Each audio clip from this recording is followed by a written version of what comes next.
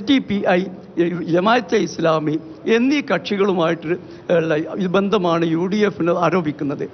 എന്നാൽ RSSന്റെ വോട്ട് വേണ്ട എന്ന് പറയാൻ ഇന്നേ വരെ അവർ ശ്രമിച്ചിട്ടുള്ള, ചോദിക്കുമ്പോൾ പല ചാനൽ ചർച്ചകളും ചോദിക്കുമ്പോൾ കമ്മ്യൂണിസ്റ്റ് സ്വതസിദ്ധമായ ചിരിച്ച് പോവുകയാണ് സാധാരണ ഇത്. ഇപ്പോഴെങ്കിലും ഈ സുഹൃത്തെങ്കിലും മറുപടി പറഞ്ഞാൽ ഇവിടുത്തെ വോട്ടർമാർക്ക് കൃത്യമായൊരിതുണ്ടാവും. UDFന്റെ പ്രതിനിധിയോട് ചോദിക്കാനുള്ളത് PV അൻവർ ഷൗക്കത്തിനോട് ചോദ്യം വന്നിട്ടില്ല. PV അൻവർ ഷൗക്കത്തിനോട് മാപ്പ് പറയണം എന്നൊക്കെയാണ് അവർ പറഞ്ഞത്. എന്നാൽ പാണക്കാട് തങ്ങൾ വ്യാജസിദ്ധനാണ് എന്ന് പറഞ്ഞ് അവിടേക്ക് വരണം എന്ന് ഇത് പോലീസ് പോകണം എന്ന് പറഞ്ഞ ഷൗക്കത്ത് ഇന്നേ വരെ ലീഗിനോട് മാപ്പ് ബോധിച്ചിട്ടുണ്ടോ? സമയമില്ല. 3 പേരും പ്ലീസ് പെട്ടെന്ന് ചുരുക്കി പറയണം. 1 മിനിറ്റിനകത്ത് സമയമെടുത്ത് ഒന്ന് മറുപടി ചുരുക്കണം പ്ലീസ്. നിലമ്പൂരിലെ ജനതയോട് പറയാനുള്ളത്, ഇടതുപക്ഷ സർക്കാർ ഉയർത്തിപ്പിടിക്കുന്ന ഒരു മതനിരപേക്ഷതയുണ്ട്.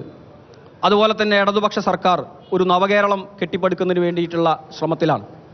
അതിന് ശക്തി പകരുക എന്നുള്ളതാണ് ഈ തെരഞ്ഞെടുപ്പിൽ നിങ്ങൾ ചെയ്യേണ്ട പ്രധാനപ്പെട്ട ഉത്തരവാദിത്വം.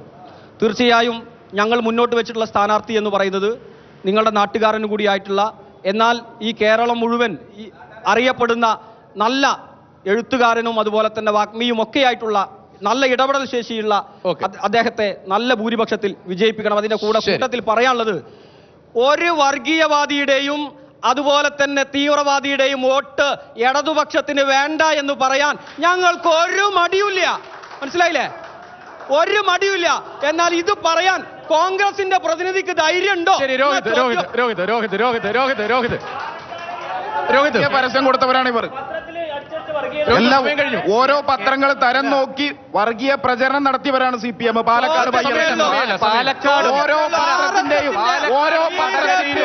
വർഗീയ പ്രചരണത്തിന് നേതൃത്വം കൊടുത്ത ഇടതുപക്ഷത്തിന് ഈ പറയുന്നതിൽ യാതൊരു ആത്മാർത്ഥതയില്ല എന്നത് വളരെ കൃത്യമാണ്. ഈ തെരഞ്ഞെടുപ്പ് ഇടതുപക്ഷ ഗവൺമെന്റിനെതിരെയുള്ള ജനവിധിയായിട്ട് മാറുമെന്നതിൽ യാതൊരു തർക്കവുമില്ല. UDFന്റെ സ്ഥാനാർത്ഥി ആര്യാടൻ ഷൗക്കത്ത് 25,000 കാര്യങ്ങൾ തൃണമൂലിന്റെ നേതാവും വിശദീകരിച്ചു.